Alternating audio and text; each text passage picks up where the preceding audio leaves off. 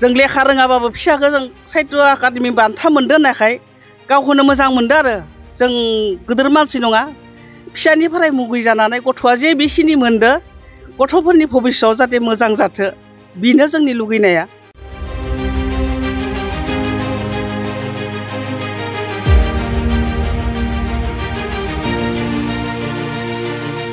बेनिफ्राय लिरदोंमोन बियो खन्थाइ रायथाइ सुंद' सल' बिदिनो गोबां लिरदो बियो हिसाबै दिनै जिथु साहित्य एकाडेमि बान्था मोनबाय दिनैनि दिनाव दा हिसाबै आं बिफा हिसाबै आं जोबोद माने साबायखर बावहरो आरो आंनि गथ'नि थाखाय। बिगिदि मोननाय लोगो लोगो बाङाय खोनानानै आं गोसोखौनो मोजां नांदो आरो जों मोदैदो खुदैदो देरबोनाय फिसा फिसौफोरा बहुत दुखुदो देरबोनाय जों लेखा रोङाबाबो फिसाखौ जों साहित्य एकाडेमि बान्था मोनदो होननायखाय गावखौनो मोजां मोनदो आरो जों गिदिर मानसि नङा फिसानिफ्राय मुगै जानानै गथ'आ जे बेखिनि मोनदो गथ'फोरनि भबिष्यतआव जाहाथे मोजां जाथो बेनो जोंनि लुगैनाया। जोंनो जेबो नाङा गथ'फोरखौ नांगो आरो मोजां नांगो आरो जों बेनो आरो आशिर्बादा मोजां मोनदो आरो जों बिमा हिसाबै आं आथायावनो खोनानानै गावखौनो गोसोआनो मोजां नांदो आरो सोरां मोनदो आरो गावखौनो। माने बेबायदि मोनदो होननानै सोर बुंग्रोआसै? सोर बुंग्रा माने बिफायानो बुंहरदो जे थांनाय बोसोरावनो फिसाया नामा उथियांमोन बेनिफ्राय बिनि लोगो सासेया मोनबाय ओमफ्राय फिसाजोआ बुंदो जे आयै आं खालमासिबाबो मोननो हानाय ना बेनिफ्राय दिनैनि दिनाव मोनदो होननाय खोनानानै गावखौनो बहुत मोजां मोनदो आरो गोजोननाय मोनदो गामियाव जाहाथे बा खैराबारि ओनसोलाव जाहाथे आंनि फिसाया मोजांबा खैराबारियानो नाम जागोन आरो बिनि थाखाय रायजो राजाफोरनि थाखाय सोबनिबो थाखाय आं गावखौनो गोजोन मोनदो। बयबो मोनो गाज्रि मोनो जों दुखिया गरिबनि फिसाया जाहाथे फरायनानै बेबायदि लिरगिरि हिसाबै सोमलिबारि गामियाव जुदि आंनि फिसाजो सेलमेटआ जुदि मोजां बेखौनो आं मोजां मोनबाय आरो।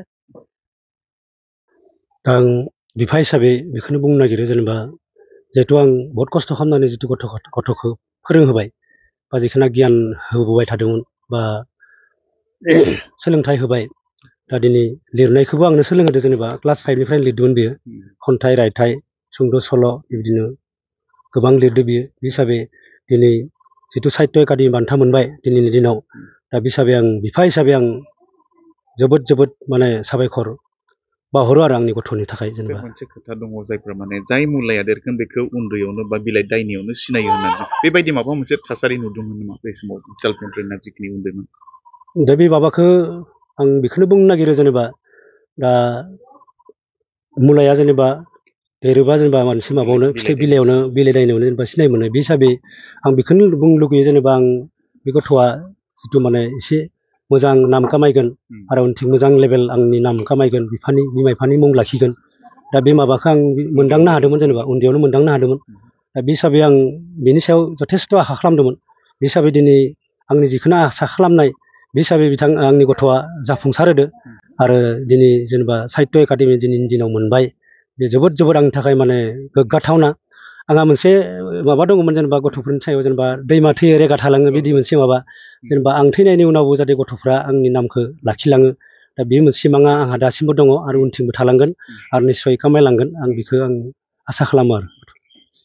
मोनसे गोजोनथाव खौरां बिए सेथि सेमिस्टारनि थाखाय गसाइगावनि जारागुरि गबिन्द बसुमतारी कलेजाव मुं थिसननाय हाबाफारिया सोलिगासिनो दं। गिबि 100 फरायसाफोरनि थाखाय स्पेशल अफार आरो गुबुन रोखोमनि बेसेन नाङै क्लासनि सुबिदा होनानै मुं थिसननाय हाबाफारिया सोलिगासिनो दं। बे फरायसालियाव फरायसाफोरा गावनि गोसोबायदि आयदाखौ सायख'नानै लानो हागोन। लोगोसे basic computer class, self defence आरो स्पकेन इंलिश क्लास बायदि सुबिदाफोरखौ बेसेन होआलासे फरायसाफोरा सोलोंथाइखौ लानो हागोन। लोगोसे बे फरायसालिमायाव गासैबो फरायसाफोरनि थाखाय फ्रि बास सार्भिसबो होनाय जादों। लोगोसे गासैबो थाखोनि बिजाबजों बुंफबनाय बिजाब बाख्रिनिबो सुबिदा दं। आरो बे खेबनिफ्राय एग्जाम सेन्टार हिसाबै फरायसाफोरा गावनिनो आंगो गबिन्द बसुमतारी फरायसालिमायावनो आनजाद होनो हागोन। बिनिखायनो गासैबो जौसिन फरायसालिनिफ्राय उथ्रिसारनाय फरायसाफोरखौ गबिन्द बसुमतारी फरायसालिमायाव खम बेसेनावनो एडमिसन लानानै गोबां सुबिदाफोरनि खाबु लानो हागोन। बांसिनै मिन्थिनो थाखाय 9101784754 7002 71929 97066808878 नम्बराव नोंथांमोना खौरां लानो हागोन।